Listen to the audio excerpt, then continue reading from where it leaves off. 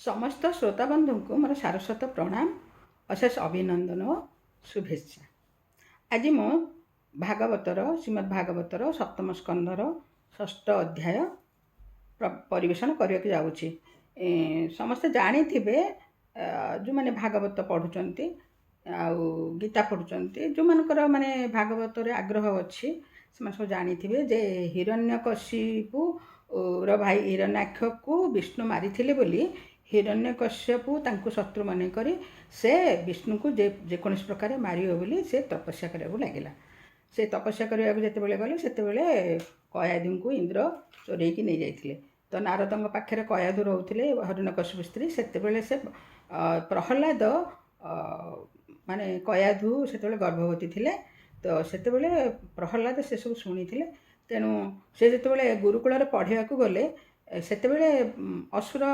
मानकर गुरु जी सी प्रहलाद हिरण्यकशिप को भगवान कहवाई कहते किंतु प्रहलाद असुर बालक मान प्रकृत ज्ञान आत्मज्ञान विषय किसी कहते। वर्तमान षष्ठ अध्याय प्रहलाद उवाच शुण हे असुर बालके जे विद्यासार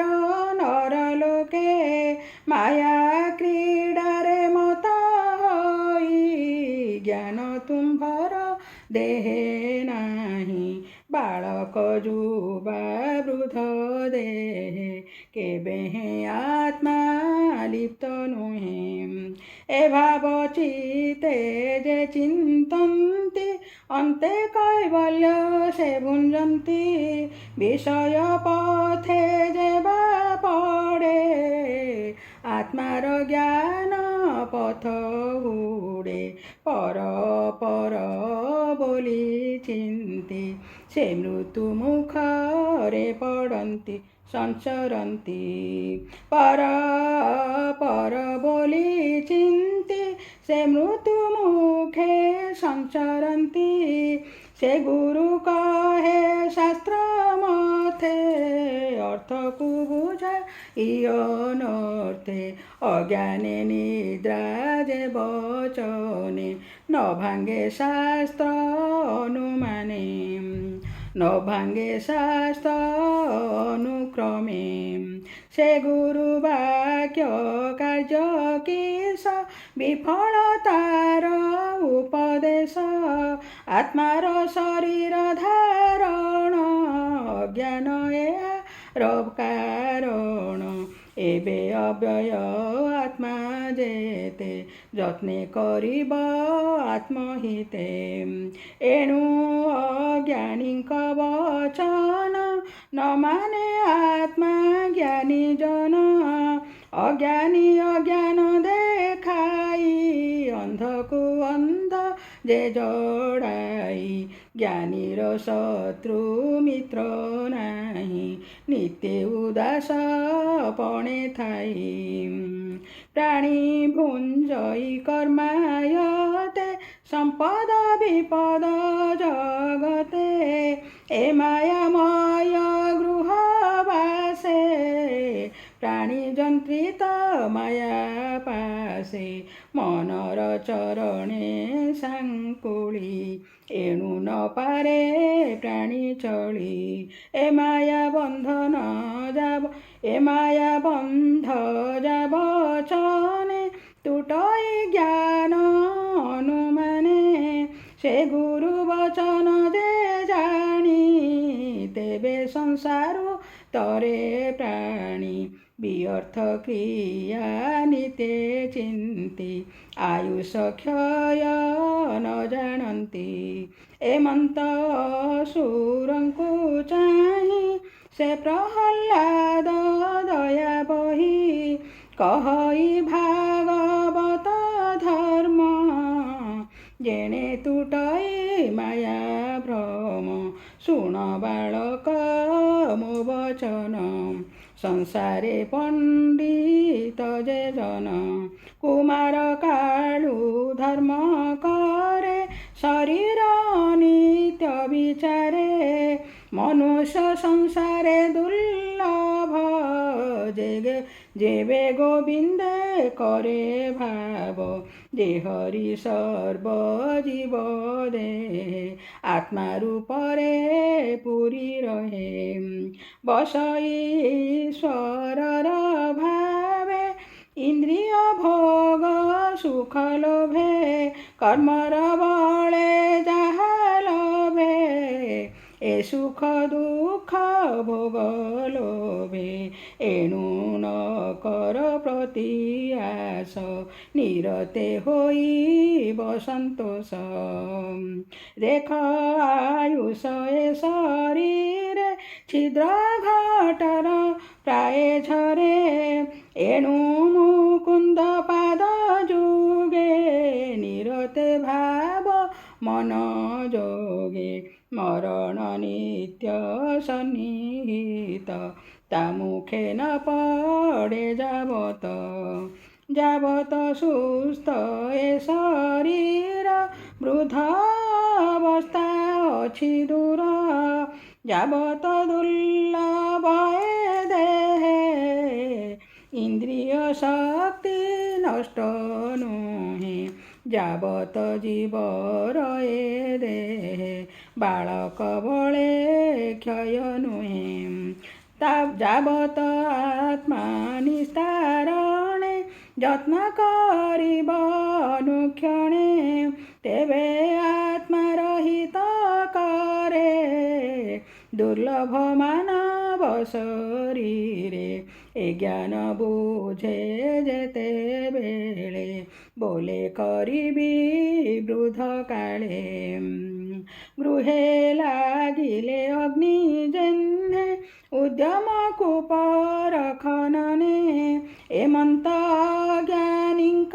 ମତି କେବେ ସୁଖ ନ ଲଭନ୍ତି ସ୍ୱଭାବେ ଅଳପ ଆୟୁଷ ଜୀବର ସତେ କବରସ।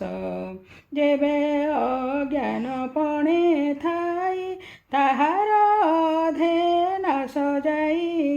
ସ୍ୱଭାବେ ରାତ୍ରେ ନିଦ୍ରା କାଳେ ଅଧେ ଆୟୁଷ ଯାଇ ହେଳେ ବାଳକ ପୌଗଣ୍ଡ କିଶୋରେ ବିଂଶ ବରଷ ତହୁଁ ହରେ। ବାଳକ ସ୍ୱଭାବ ଏମନ୍ତ କ୍ରୀଡ଼ା ବିନୋଦେ ଥାଏ ଲିପ୍ତ ଶେଷରେ ଜରାଗ୍ରସ୍ତ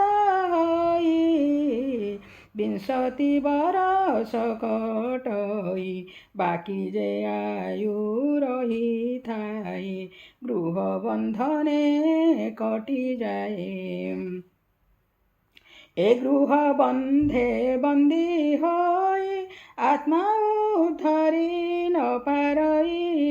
ଅତି ଯତନେ ସେହି ପାଶେ ଦୁର୍ଜୟ ଇନ୍ଦ୍ରିୟ ଲାଳସେ ତୁମ୍ଭେ ସକଳ ଏହା ଶୁଣ ଆତ୍ମାର ହିତ ମନେ ଗୁଣ ବିଷୟାସକ୍ତ ମାୟା ସଙ୍ଗ ଯେ ଶନେ ମାୟାର ତରଙ୍ଗ ଏ ସର୍ବ ଦୂରେ ପରିହର ନାରାୟଣଙ୍କୁ ଆଶ୍ରୟ କର ସେ ନାରାୟଣ ସର୍ବଦାତା ଈଶିତେ କୈବଲ୍ୟଦାତା।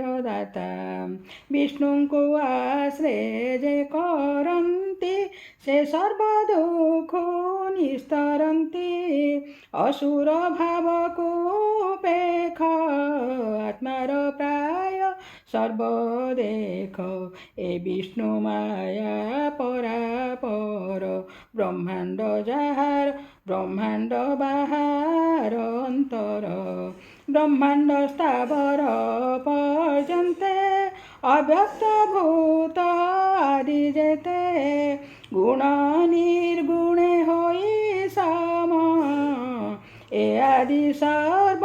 ঘটে ব্রহ্ম বসই সর্ব ঘটে হরি অঙ্গে অব্যয়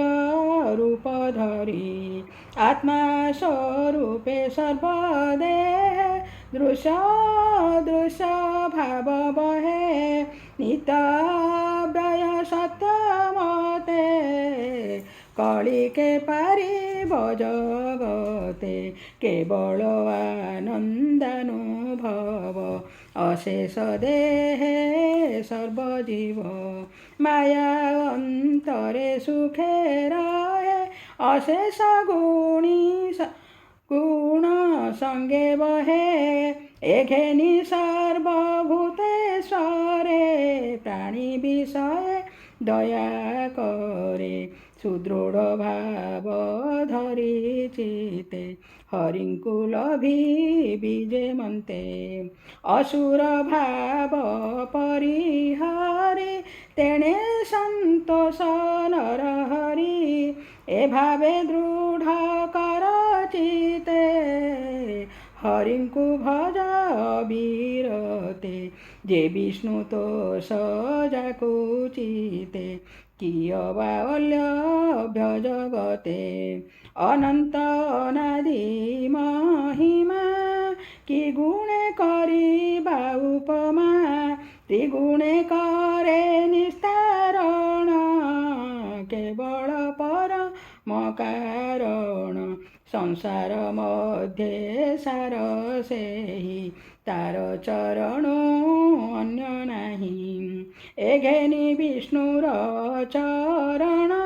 जे प्राणी पसन्ति शरण तांक चरणे भाव कर संसार मायारु धर एबे हो शुण मोर वाणी श्री भागवत परिमाणी धर्मात कर्म देव मते एतिनि वर्ग अनुमते सत्य वचन वेद वाणी एणे संसारु तरे प्राणी नाना प्रकारे पुण्यदायी से सबु कृष्णे समर्पयी धन्यता शरीर धारण से लभे परमाकरण निर्मल दुर्लभये ज्ञान निगम सार अनुपम नारद मुनिଙ୍କ व्रते सुपुण्य बदरिका तीर्थे तप आचर्यनुक्षणे अछन्ति नर नारायणे नारद मुनि सुध चेता पूछिले हरि गुण गाथा से नारायण सुध भावे ए बाणी विविध प्रस्तावे नारद मुनिको सन्तोषे कहिले ज्ञान उपदेशे विष्णुर पाद पद्म धूଳି आनंद भावे अंगे बोळी संसारे अकिंचन जने जहा भावन्ति अनुक्षणे पूर्वे मु नारदଙ୍କ बाणी माताଙ୍କ गर्भे थाई शुणी ए बाणी भागवत कथा शुणन्ते तुटे भव व्यथा आबे कहिली तुम्भ आगे हरिचरित अनुरागे दैत्यपुत्रः उचुः शुण हे नृपति कुमार आम्भे जय संगते तोहर भिन्ने गुरु नाही ए विद्या साधिलु तु काहि ए गुरुपुत्रଙ୍କ चरणे आम्भे साधिलु अनुक्षणे एहाଙ୍କ उपदेश जाणु तु ଏହା କେମନ୍ତ ବାଖାଣୁ ତୋହର ପାଦେ ନମସ୍କାର ସଂଶୟ ଛେଦ ତୁ ଆମ୍ଭର ଏମନ୍ତେ ଅସୁର ବାଳକେ ତାର ସମିତେ କେ ଚରଣ ଧରି ପଚାରିଲେ ଧର୍ମର କଥା କହ ଭଲେ सप्तम स्कन्धे भागवत कहई विप्र जगन्नाथ। इति श्रीमद्भागवते महापुराणे पारमहंस्यसंहितायां वार्षिक्यां सप्तमस्कन्धे बालकसंशयो नाम षष्ठोऽध्यायः।